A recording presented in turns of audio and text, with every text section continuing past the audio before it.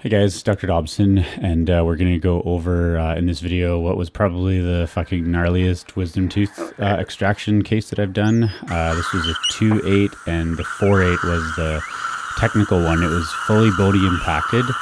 Somehow ended up getting infected and causing severe symptoms. So we are going to be extracting a fully bony impacted 4.8 in this video. And here you can see we're doing the bony uncovering, doing our buccal gutter, and then we're gonna have to section the tooth. So I'll fast forward a little bit and then show you the pan. We'll section the tooth, we'll get it out the crown is gonna come out in halves, and then we'll have to do some more buccal troughing to get out the last 8 or so millimeters of root tip, and then we'll suture. So I'll show you the panoramic x-ray here before we get into the start of the footage, and that's basically how it looked like right here.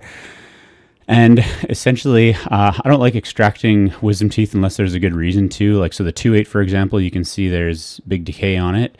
And then the lowers, I would generally leave something like this in place for the patient's life. This is a mid-30s patient. And for some reason, the 4.8 ended up blowing up on her, big swelling pain, needed antibiotics. So that's why we planned for its extraction. Very closely associated with the nerve, a little bit of calculus on the distal of this lower 7s, which an untrained eye might mistake as resorption in the quad 3 case. But that's not resorption, it's just a little bit of calculus that makes it look that way. This tooth is very overlapping the nerve, so hopefully this one never has to come out.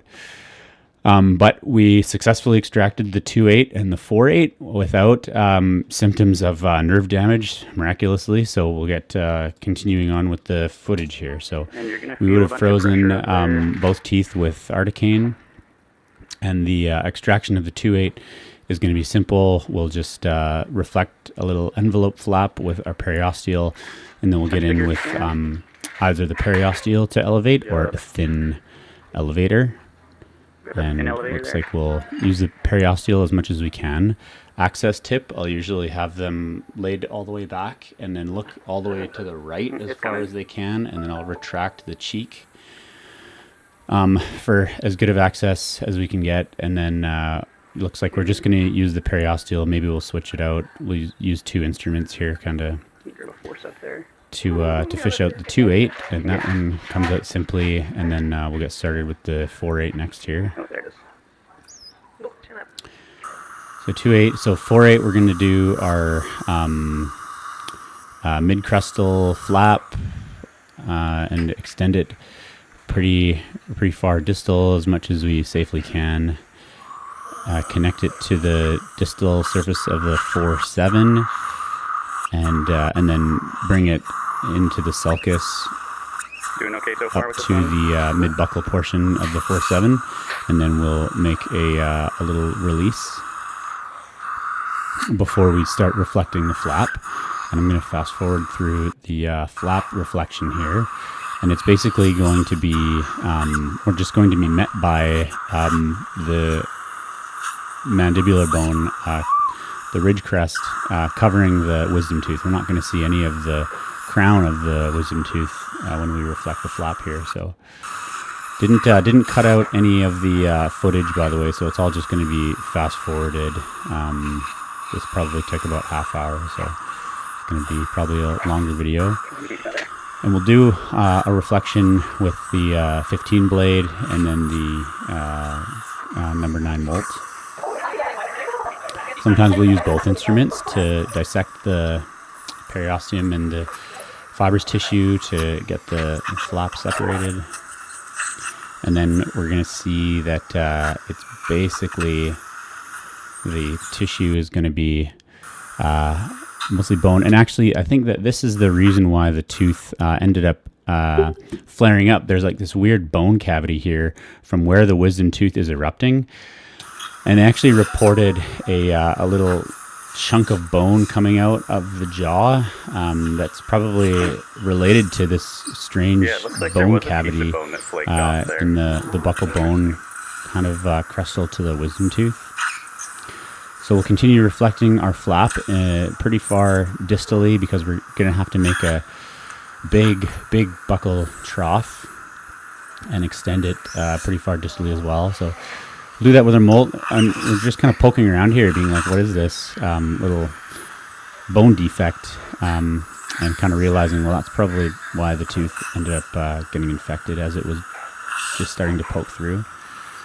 Going to fast forward some more here until we bring the handpiece out. So maybe we can see a little bit of tooth crown beginning to poke out, but we're going to have to expose the crown first, so we will do that with our surgical handpiece. And it's probably actually mostly all bone that was visualized after reflecting the flat, because you can see there the tooth is kind of hiding underneath the bone cavity. And going to fast forward through uncovery here.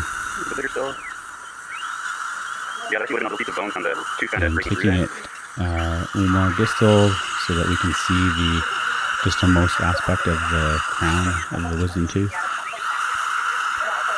And then we'll start feathering away some buccal bone, and going to have to be a really big trough to get this thing out. And actually we're going to make a big trough, spend the next few minutes troughing, and then hopefully kind of praying that we'll be able to deliver the tooth whole. So the next few minutes will be spent extending the buccal gutter around the distal portion of the wisdom tooth, and taking it pretty deep as well, keeping in mind the mandibular nerve anatomy in relation to the root tips. And we still have a long ways of clearance at this point before we have to worry about that.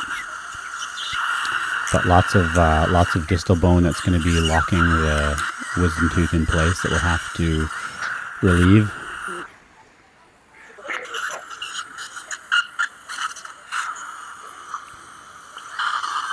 And we'll just continue our bone removal until we feel satisfied that there's probably going to be enough relief to deliver the tooth, which there wasn't, unfortunately, when we started to elevate, which is why we had to section the tooth.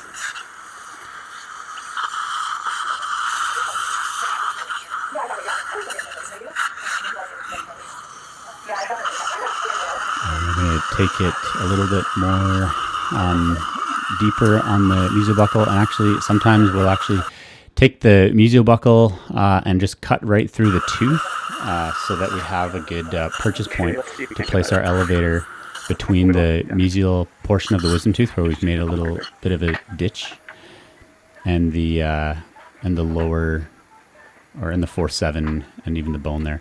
Little fragment of bone detached from the ridge there where we're making our trough that we're just going to remove with some cotton pliers.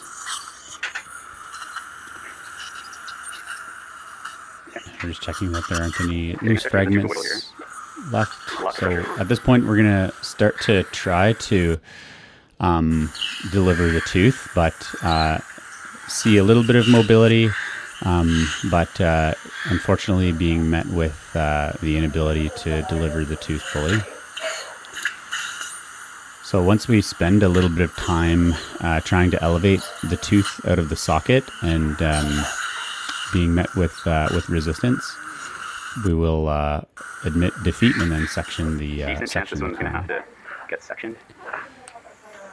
So it's loose there, it's mobile, but it's still trapped by bone. So then we say that we'll have to section it apart in order to relieve the fragments and be able to remove them separately.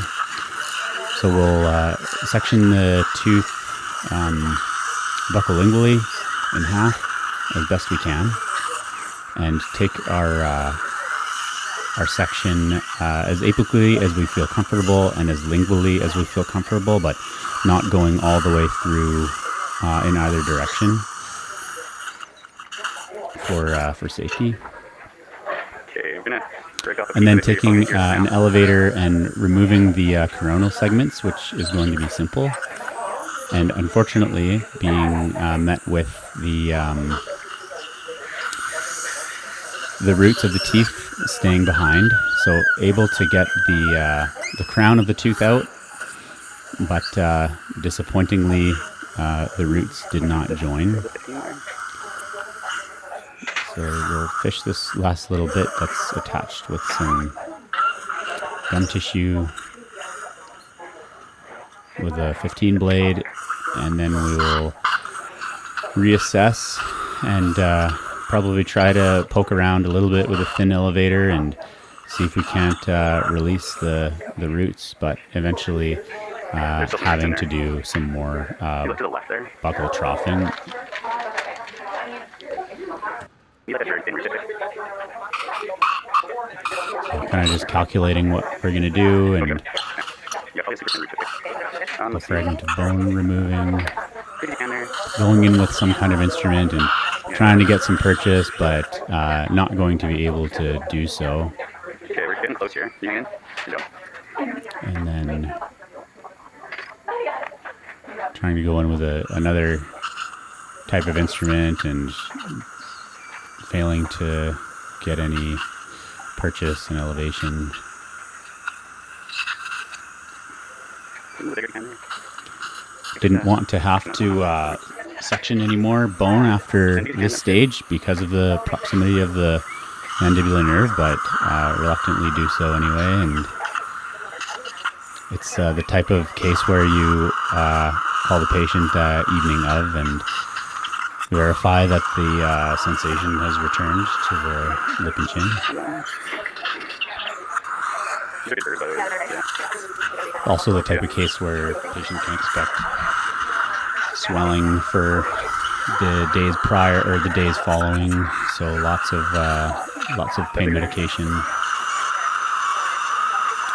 And actually trying to section the roots buccolingually again.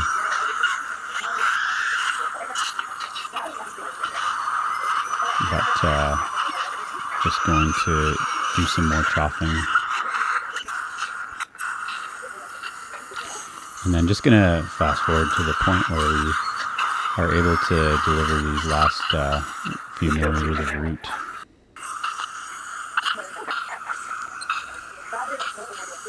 I think we ended up trying a couple of times to get purchase before we were actually able to deliver them. This might be it here.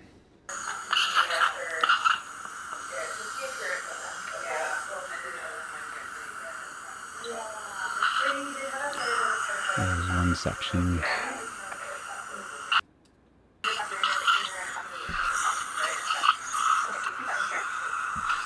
Yep. And I think probably had to remove a little bit more bone still.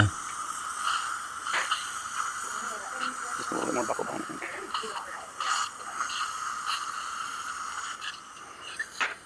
You're doing great, Lenny. Big open there. So we'll do a little bit more troughing.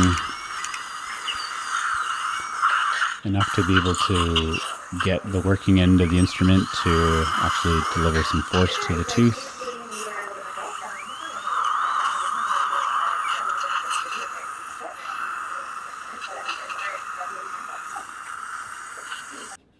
Okay. And then here probably finally being able to lift it out.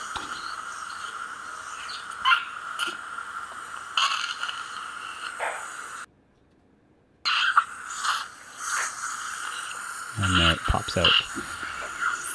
So then we'll go back in with a burr and just kind of smooth off the sharp edges of the bone that we prepped. And then we will suture and irrigate and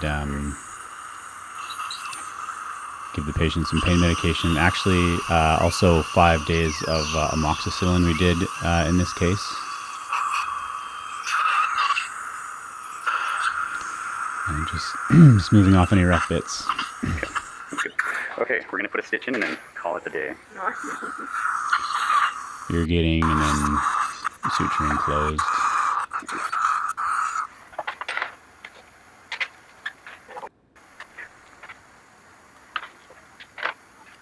more steam over the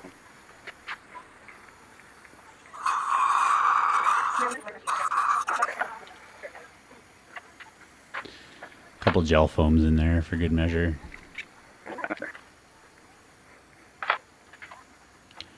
And then suturing. So yeah, definitely definitely a super gnarly wisdom tooth extraction, and definitely don't like extracting wisdom teeth, especially if they're that deeply impacted.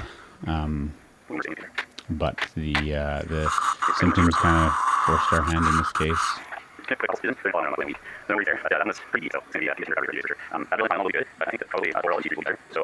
finish suturing 2 chromic guts, and then that's pretty much going to be that one. Just going to skip through to the end here.